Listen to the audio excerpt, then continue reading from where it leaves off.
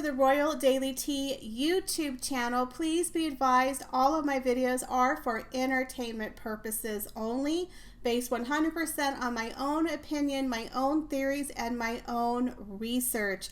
All of my information can be found on the public domain and falls under the fair use guidelines. Please feel free to do your own research.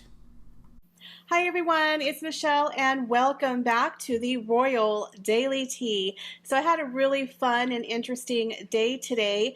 I filmed an interview for a TV show that's on a cable network and I was really nervous, you guys. It happened really fast and he filmed it in one take, and I did a lot of these weird air quotes, and I'm like, why did I do that? I had like this outer body experience, you guys, and I felt like I was just talking really fast and he was just kind of listening, and I'm like, oh my god, I'm so nervous. So I'm gonna find out more information next week and I will share it with you once it's shared with me. But yeah, your girl was on a cable TV show. I don't know how big the audience is, but it was a really fun experience. But it happened super fast. It was only for 5 minutes. And it was a great opportunity to talk about the royals, but it's really hard to explain to people who don't know anything about the royals everything that's happening in a 5-minute soundbite. So I did have this weird out-of-body experience and I did air quotes I think twice, and I'm like, oh my god, I never do air quotes, you guys. So I was really nervous. So yeah, it's gonna be fun to see how that interview turned out, and there was no more than just one take. So yeah, it was kind of nerve-wracking, I have to be honest. But anyways, we have a lot of royalty to get through, so sit back and relax, grab yourself a beverage, and let's get into the Royal Daily Tea. So there's been a lot of drama, of course, surrounding Harry, Meghan, and Prince Andrew, the three culprits who are always kind of in drama, in regards to uniform gate. You know, will they or won't they wear a uniform to Her Majesty's funeral? You know, once again, making it all about themselves. In my opinion, they could wear a howdy-doody outfit. I really don't care, because it's not even about you. You are not the main event. People are not there for you, son. They're there for Her Majesty the Queen. So tonight, all 4 of the Queen's children stood guard around her coffin today at Westminster Hall, and yes, Prince Andrew was wearing his military attire. So tonight, all 4 of Her Majesty's children paid visual to Her Majesty the Queen by standing guard around her casket for around 15 minutes. This is a very long tradition, and so all 4 of her children were donned in their military attire. Now, there was a big controversy as to why could Prince Andrew wear the outfit but Harry could not. So of course Harry threw a major fit. So now it has come out that Prince Harry will don his military attire along with his brother Prince William when they stand visual around Her Majesty's coffin. Now all 8 of Her Majesty's grandchildren will participate in this event. Now we know that Harry just turned 38 this week, and of course there's, you know, all celebrations have been pared down. Now, some people say that Prince Charles allowed Prince Harry to wear the military uniform as a birthday shout out to his son. I personally just feel like they're giving in to the Sussexes left and right. We still know that Harry and Meghan are fighting over their children to get the HRH title. We're not even 100% sure if Harry and Meghan's children will remain a prince or princess. Again, it is their birthright to receive the prince and princess title now that their grandfather is the sovereign. However, we know that Prince Charles wants to streamline the royal family, and will he give in to pressure and remove those titles, or will he give in to pressure and keep the titles? The Sussex Squad is out in full force, pro Harry, Meghan, really pushing for them to get these huge, royal rights from two people who said they hated the royal family, hated the royal life, and fought hard to leave during Megxit for their financial freedom. But now Harry's suing the Home Office with not one, but two lawsuits, and now they're fighting for their children to get HRH titles. This is the same woman who said that titles weren't important to her, y'all. She didn't need a title. She refused to give her son the Earl of Dunbarton title because she thought people would make fun of him. So technically he's Master Archie and she is Miss Lilibet. But of course, that's not good enough for them. They need to be HRHs. They need to be Prince and Princess. So we will see what's going to happen. Of course, I personally do not believe that King Charles III has any time to really deal with these two and their demands. He's kind of got a lot going on right now. So I don't believe they've had any real conversations over what's going to happen in regards to Archie and Lilibet's titles. Now, back in 2021, Meghan did mention to Oprah Winfrey that she was told before Archie was born that he would not get the prince title. So I do believe they had some conversations in the past, but now that she's throwing a huge fit, will King Charles succumb to their demands? So a lot of people think that he might do so, and I think that would be a huge, huge mistake. But again, right now, I don't think any of those real decisions have been made because everyone is focusing right now on Her Majesty's funeral. So I guess time will tell which way the wind is going to blow. Is it going to blow Team Sussex, or is it going to go back to King Charles where he's going to put his foot down and make some real decisions? In my personal opinion, I'm a little nervous, you guys. I'm nervous because no matter what he does, it's going to make people upset. And of course, the Sussex camp is already coming out with the race card once again. And I cannot believe the Cut magazine had the gall to print such an awful magazine article during the time of mourning. It's like, get a clue, guys.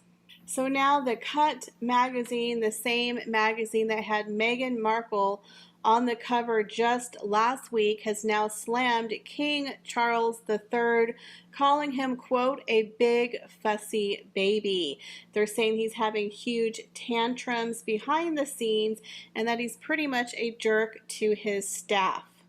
The article points to media reports that King Charles III had two tantrums in the days after his mother's death. The first incident occurred when the king was signing the accession proclamation to mark his official ascension to the throne, becoming frustrated when a pen tray was placed in his way on the desk. The second issue arose when Charles III went to sign a visitor's book in front of cameras at Hillsborough Castle near Belfast. He reacted in frustration when a pen he was using leaked on his hand. The author, Claire Lambton, wrote, quote, though he has only been in the job a couple of days, already I am feeling not so sure about his new queen. Okay. Initially, various outlets predicted that his reign might bring welcome shakeups to the British monarchy and escalated emphasis on the climate crisis, maybe, or a culling of the working royal herd, or a desire to execute protocol, his coronation, for example, in a less expensive fashion. But then there is his reputation as a snob with highly specific daily demands, and some things like the fact that this monarch won't be paying inheritance tax on the enormous personal fortune he now receives from his mother. The article also accused the king of, quote, mundane cruelty to his late wife, Princess Diana. Again, with the Princess Diana, he hasn't been married to her, guys, for 27 years, okay? Can we let this rest? In August, the same magazine published the interview with Meghan Markle, and of course, Meghan Markle sat there and dissed on the royal family. So again, I find this article to be absolutely ridiculous. I mean, is this a magazine or is this a tabloid? You know, first of all, I can 100% side with Prince Charles.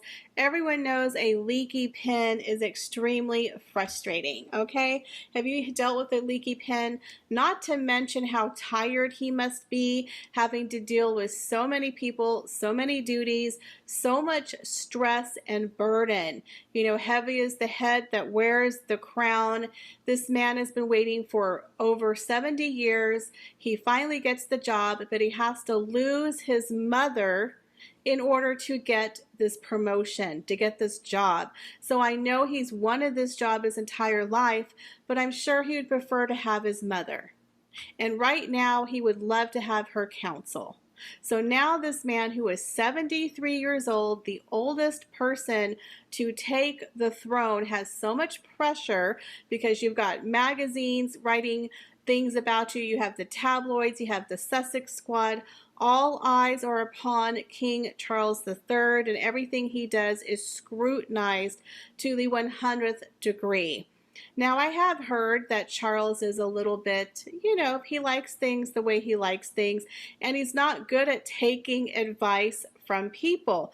That doesn't mean he's a horrible person. It doesn't mean he's fussy. It means he's a stressed out person. And quite frankly, I would have thrown a bigger fit if a pen leaked over me. I probably would have chucked it across the room. They're calling it Pengate. There's some hilarious stories going around, and I shared on my TikTok. There was a cute little video of a woman who handed Prince Charles a pen in the audience, and she's like, you know, just in case. And she got a little chuckle from Prince Charles. I'll play it for you here. Just in case. Just in case. So again, he has a good sense of humor. He's taking it in stride. But the fact that they're coming out now and saying he's whiny, and there's some, you know, Sussex Squad members saying, well, if he doesn't make Archie and Lily into a prince and princess, then he's a racist. So again, it's like he's damned if he does, damned if he doesn't. He's in a very, very hard place, and a lot of people are pressuring him from both sides. He has to make a decision about the Sussexes. We can't just let them running amok. We can't concede. We can't bow down, let them keep their titles, let them keep their place in the line of succession, give their children titles. I mean, I just feel like after everything they've done, Charles, please make a decision. So a lot of people are very concerned about King Charles. They're afraid he might concede too much to the Sussexes. But again, he definitely needs to make a decision. I know if it was Prince William, he would definitely lay down the law, because I don't think Big Bro is going to mess around.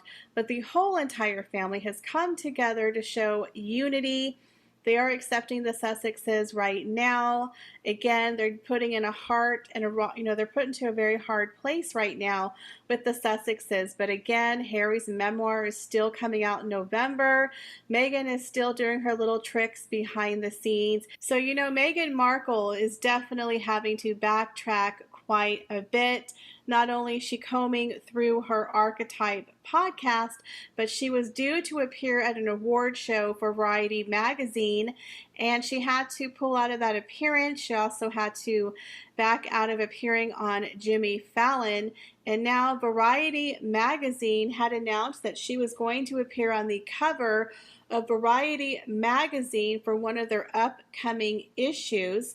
Now, this issue was going to be for the Power of Women issue, but they announced on Wednesday that the Duchess of Sussex cover would be postponed in honor of Her Majesty's funeral. The outlet said Meghan will not be attending the Power of Women event in Los Angeles on September 28th. But they will be honoring people like Chelsea Clinton, Oprah Winfrey, and Elizabeth Olsen. Hillary Clinton was also due to appear at this event, so you know Meghan is extremely pissed because she's definitely trying to align herself with politicians, especially somebody like Hillary Clinton. So Meghan's not having a very good week. You know, she's having to play second fiddle to Kate, and I'm sure she's not happy about it. But yeah, we're not going to see her probably until the funeral on Monday. She might appear Saturday because they're doing the visual of the grandchildren at Westminster Hall. So Meghan might make an appearance there. So we have seen a couple of outings now from the new Prince and Princess of Wales. Catherine and William were seen for their very first solo outing as the Prince and Princess of Wales, where they greeted well-wishers outside of Sandringham House. There was over 30,000 flower bouquets, balloons, notes, and other tributes left by well-wishers in Queen Elizabeth's honor since her death. Prince William and Princess Kate spent about 45 minutes speaking with mourners who gathered outside the Northwich gates at Sandringham House.